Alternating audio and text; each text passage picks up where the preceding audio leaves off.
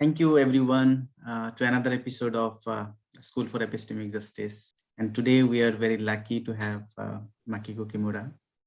So Makikoর কথা আমরা আমি একটু কয়ে নই। Makiko PhD করছে আমাগো ইন্ডিয়ার জওহরলাল নেহরু ইউনিভার্সিটি থেকে জেএনইউ থেকে। উনি PhD এর সাবজেক্ট আছে অ্যাকচুয়ালি আমাগো নেলির যে ম্যাসাকার এই ম্যাসাকার। তো তারপরে উনি পোস্টডক্টরাল ফেলোশিপও করছে, পোস্টডক্টরাল ফেলোশিপ করছে ইন্টারন্যাশনাল পিস রিসার্চ ইনস্টিটিউটে জাপানের টোকিওর। তারপরে উনি বর্তমানে জাপানের একটা কলেজে পড়ায়, অ্যাসোসিয়েট প্রফেসর। উনির কিতাব the Nellie massacre of 1983 agency of writers খুব মানে ওয়েল রিসার্চ, ওয়েল অ্যাক্লেইমড কিতাব। আমি এই কিতাবের নাম প্লাস আরো দুইটা আর্টিকেল, একটা আর্টিকেল হলো memories of the massacre, violence and collective identity in the narrative the incident 1। খুব সুন্দর আর্টিকেল, খুব সহজ সরল ভাষায় লেখা। গুগল স্কলারে পাওয়া যায়, যদি কেউ অ্যাক্সেস করবার না পারেন আমার জানাইন। উনির আরেকটা কিতাব the forest as a article, the forest as a site of conflict struggles over indigenous territory in the Bodo areas of Assam. তো এই সমস্ত লেখা উনির আছে যেখানে আমরা সবাই পড়া উচিত। আর আজকে আমরা লাকি যে মাকিকুরে আমরা পাইছি, মাকিকু কথা কইব। সো নাও আই রিকোয়েস্ট মাকিকু to share your reflection on the context of the current, as you must have been aware about the recent eviction and the level of dehumanization and atrocities we have seen. Also, the story Dadi was mentioning. So based on all of this and your research, please enlighten us. Thank you. Okay, thank you, Abdul, and thank you, everybody. Good evening. I'm Makiko Kimura. I'm speaking from Japan now. And I'm really glad that I have a chance to talk to you. Because since, I saw the video of the violence and the news of the eviction, I thought about Assam for like, I've been thinking about Assam and my earlier research on Nelly, encroachment, tribal land alienation, etc. So what they I got a request just a few days back. It's not going to be a very organized talk. I'll share what I've been thinking about. I'll also share some raw material which I came across regarding Saulkwa during my research on Nelly, and I would like to share some concerns and some thoughts. Yeah. So I have a very rough PowerPoint presentation, so I'm going to share this. Since I saw the news and the video, I've been thinking a lot about my earlier research, particularly my PhD research on Assam movement. And it took place in Mangoldoi. Mangoldoi is a place where the Sioux and the others say that there is an extreme increase in the number of voters in the Mangoldoi constituency, and where that was the start of the Assam movement in 1979. And Dolpul, I knew that the residents there from some of them are from Saulkwa, where the violence took place during 1983 election. And of course, this whole process of eviction, I think eviction has been there in Assam for a long time, but one particular eviction I was thinking about was that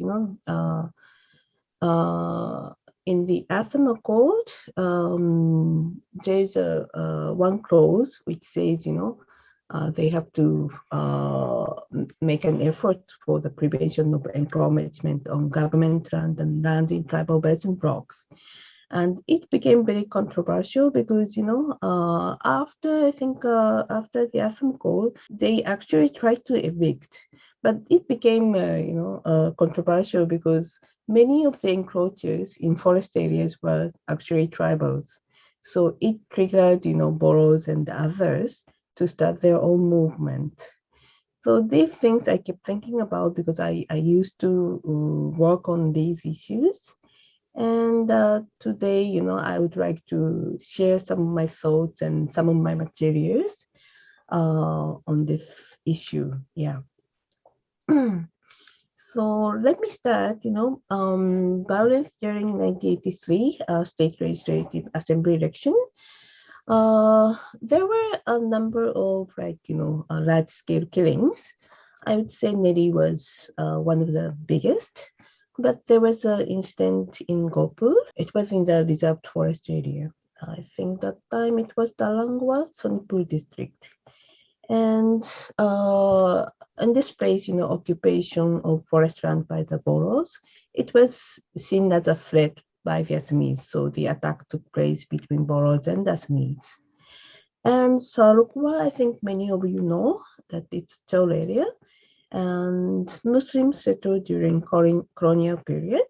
And later on, what I heard was that Assamese started cultivating sapris near the Chol, and some kind of trouble started there. And Neri was a grazing reserve. It was a grazing reserve up to 1941 or 42, and then during Muslim League was in power, they opened this for the settlement of Muslims during the World War II for their grow more food scheme. So my findings was that like land ownership and some kind of trouble regarding land was, of course, that was very important background to understand why the large-scale killings took place during the election period.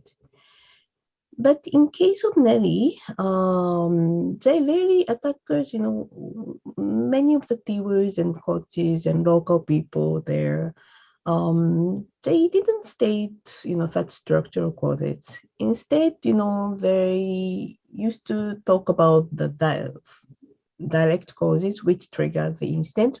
For example, there were some kind of troubles like kidnap of girls, cows have been taken away by Muslims, or of course the political issues like election was there.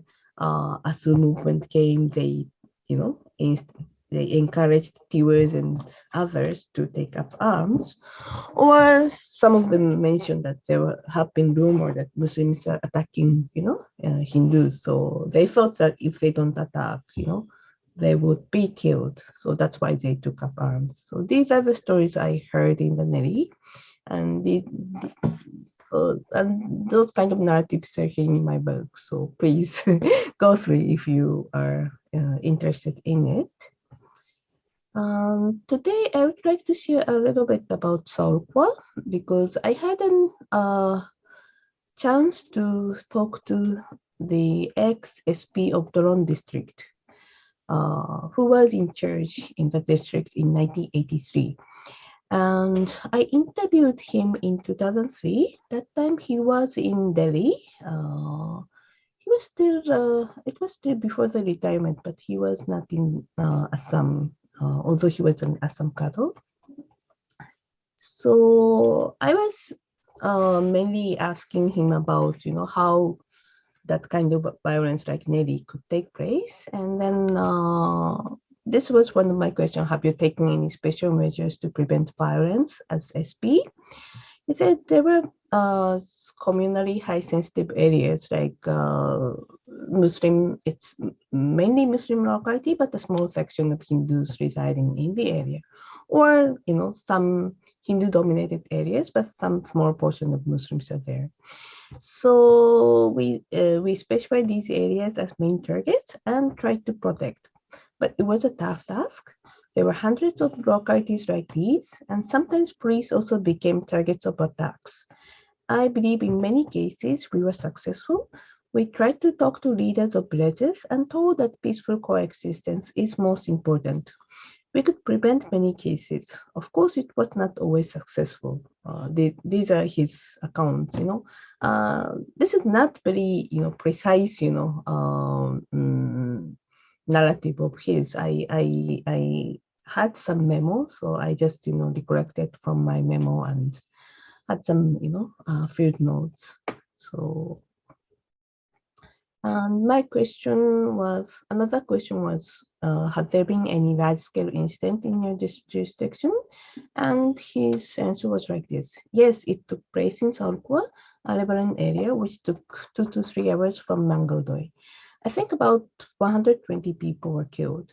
In this area, mainly Muslims were killed by Hindus, but some Hindus attackers were killed in retaliation. In this area, the main issue was land alienation. Migrants started evicting others by attacking them physically and mentally. Local people went to other areas, but the animosity remained, and the attack took place during the movement. So here he suggests that there has been some kind of, land, some trouble regarding land.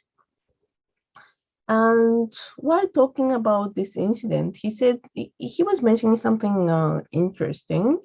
He was pointing at the map and he was pointing at Nelly, and this part was, Darong under his jurisdiction. And Sarukwa, it was in the middle, it was in the river area. And he said, on Darong side, Muslims came from the other side, Nagon side of the river and attacked some local people, something like that. I have heard about, these kind of stories from Nelly side also. People mentioned that, on that day when the attack started in Nelly on 18th February 1983, many men were away because they went to the other side to attack the local Hindus. I have no idea whether these are, true or not, but this was the account of SP that time. Anyway, so another account he made, which was very impressive to me, was that it was a very special situation. Police can chase a criminal, but when the whole society decides to riot, it is extremely difficult to suppress. Yeah, so like I said, after I heard about this Dolpur eviction, I thought of I just remembered about all these interviews and look up at my notes. I thought of writing on my Facebook wall for some comments, but it includes very sensitive issues. So I decided not to, but I want to share it with somebody. So your comments on this are welcome. It's just raw material. I haven't, made any conclusion, or I haven't made much analysis on this. Yeah. Okay. Some description on Saurkwa. I haven't gone through these two reports after the incident because it's in my university campus and I haven't been there for a long time. But from my book, in Meta Commission report, there was some mention on Saurkwa incident, but it says Muslims attacked the Assamese settlements and like 20 people killed. So they only mentioned about Muslims, attack. And understandable because Meta Commission report was, conducted by a pro-movement, pro-ASU, section of people.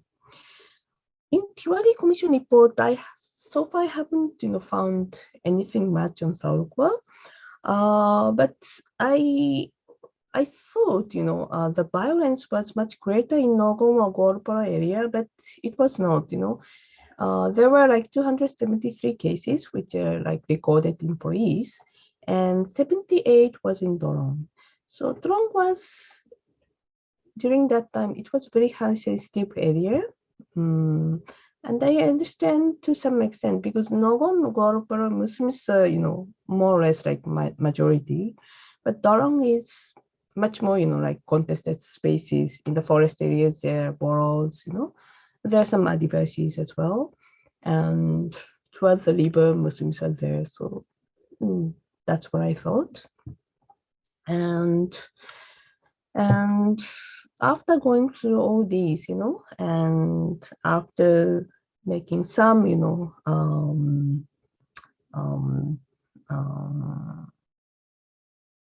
some after reading a lot of secondary materials on collective violence, I found out that large-scale killing takes place when rioters know that they won't be punished, or they think that the law enforcement agencies do not function. So again, they won't be punished. And I find, like in many cases in India, especially when especially in mainland, where the collective violence is very controlled or sponsored by the government, like 2002 Gujarat violence. They Those places are easy to understand, but in terms of Assam in 1983, those times, the Congress was in the government, both in the center and in the state, and still, they couldn't, prevent the violence because, like, the SP said, the whole society was rioting, so it was difficult for even for the police or the other, security forces to stop. So yeah, okay. So let me move to some other issues. When I was conducting my, field work in Assam, it was like from 2001 to 2003. I often, when I was, interviewing people, often people used to mention that, in some areas, local people like Assamese Hindus or tribals were the majority once upon a time. But gradually, Muslims increased and they took away the land. So this kind of, loss of land kind of narrative was very common and popular among those people who supported the movement. So I was very curious because,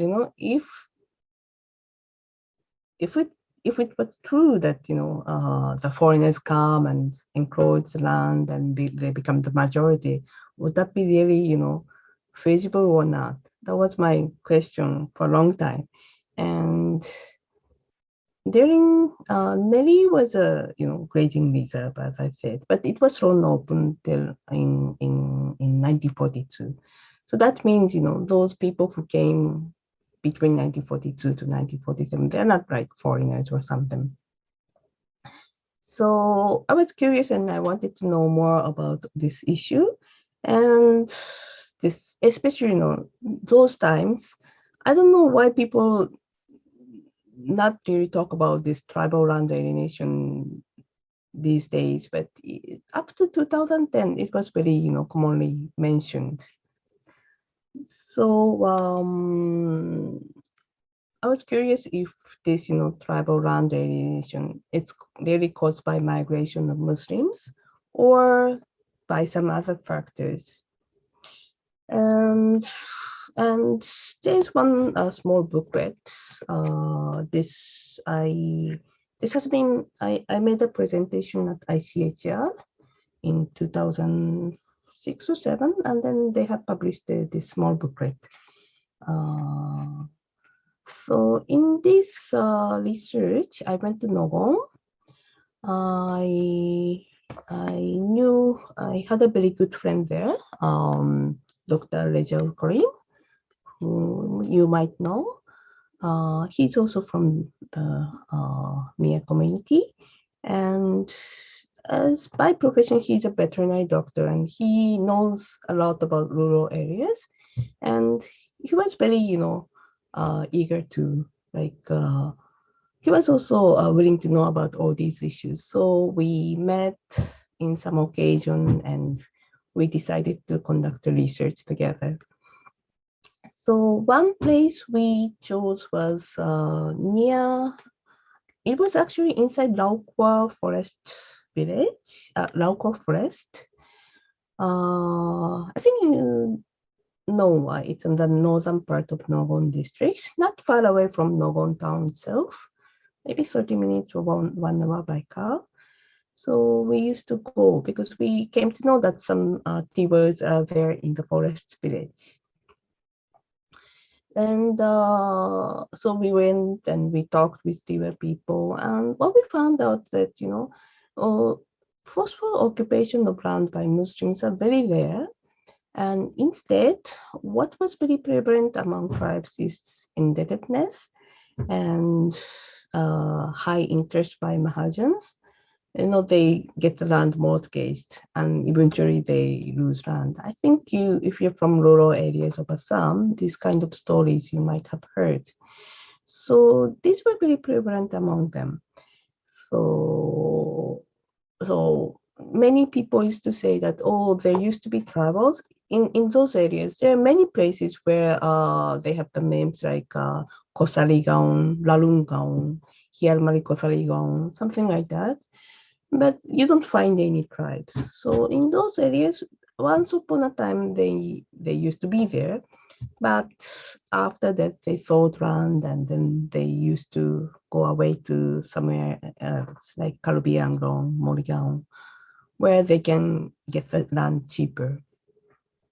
So what lacks in the narratives of this, loss of land or encroachment is the role of, colonial administration. They have, introduced this private land ownership system, and if they fail to, pay tax, etc., then they lose out. So this, I find it very, odd because many people, the movement leaders and many Assamese middle class people, they used to mention all these, this narrative of land alienation, loss of land, or tribes had gone away, but they never mention all these aspects. And if they really want to, do something on this encroachment or, land alienation, why then don't conduct, proper research? And if there's any, forceful eviction, why don't they, take some measures on that? So I think, I recall this. I recall this, my research because, on Facebook and other social media, I find a similar, narrative these days. So that's why I'm mentioning this. And it's also, another thing that many tribal land had been confiscated for development and urbanization. Many parts near Gauhati and Dispur, those were under, tribal blocks, once tribal belts, maybe, no, tribal blocks once upon a time. But it's been, de-reserved for development in so many areas. Okay. And this is another thing which came into my mind. Why does encroachment happens in Assam? Because during my postdoc research, days, I used to go to encroached areas, many of them like forest areas, Baripara reserved forest. Their boroughs were encroaching. In fringe areas, some Adivasis were also encroaching. And Chol areas as well. I went to Lahorirat, that side. That's not, encroachment. That's like erosion and then Chol, and then, whenever the Chol came, people used to go and settle. So those kind of stories, I think you're more familiar with that. So forest, Solhapri areas, and mean, any other government land, if people do not, find any other land, they will come and cultivate. And the reason is simple because there's no land for cultivation, no other means for earning. And I keep thinking, what is the government's responsibility to deal with the situation? Because they would come and evict, especially in the forest areas. That's the job of the forest department. But like, when there are so many, like thousands, maybe lakhs, could be even more lakhs of people or landless, and then clothing, then what is the government's responsibility? Is it legitimate that government just evict people like that? Or, don't they have any obligation to provide some land or some kind of other means, for their sustenance? So that's what I've been thinking for a long time. And this time I, again, thought about it. So what is the legality of the action? Maybe that can be, asked and tried in the court. I know, it will be the present government is not really care about all these things, but that, just to, set the record straight, just to show what kind of legitimacy I think it's important for the future as well. Okay, so sorry, it's been like really fragmented and just some ideas I'm sharing. And lastly, I was wondering, because there's so much of polarization and so much of, it looks very helpless and hopeless. But at the same time, as I have, as I've been not only researching about Assam, but I've been like, I used to stay there. I have lots of friends. I'm involved in some kind of, support for the activities in the sort of support community. So I was wondering what can be, how to prevent, future violence and what can be done from outside, from like us, foreigners, what can be done. The difference with the 1980s is that you have stronger ties with international as well as national civil society. I'm sure you have got connection with human rights NGOs, some civil society organizations in Delhi. And because of the internet connection, social media, it enables the news to reach people outside immediately. So this Tobu, video, I think I've seen it almost at the same time while you were watching. So I would say, even though the situation is not very good, because now the BJP is in the center as well as in Assam. So, but still, I would say that there's less chance that large-scale violence like Nelly takes place. Eviction might take place, until and unless, somebody can stop the government. But yeah, but still, what can be done from outside? Like, we can report to international, human rights mechanisms, like UN had some kind of, measures to receive a report, and some specialists intervene. I don't know how much that, works for this government, but at least, we can make it public, we can document.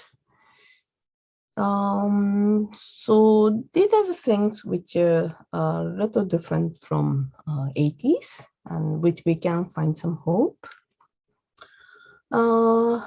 Another concern for me is that, Assamese society looks very polarized, especially after the NRC.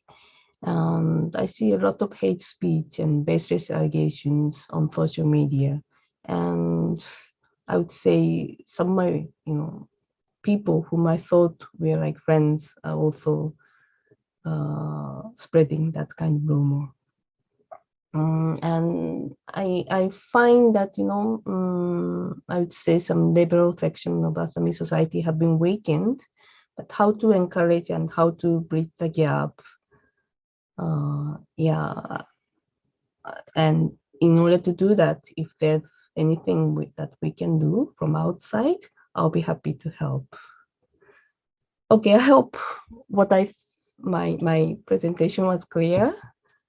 Yeah, thank you. Thank you very much. Good night. Thank you. Good night. Good night. Good night. And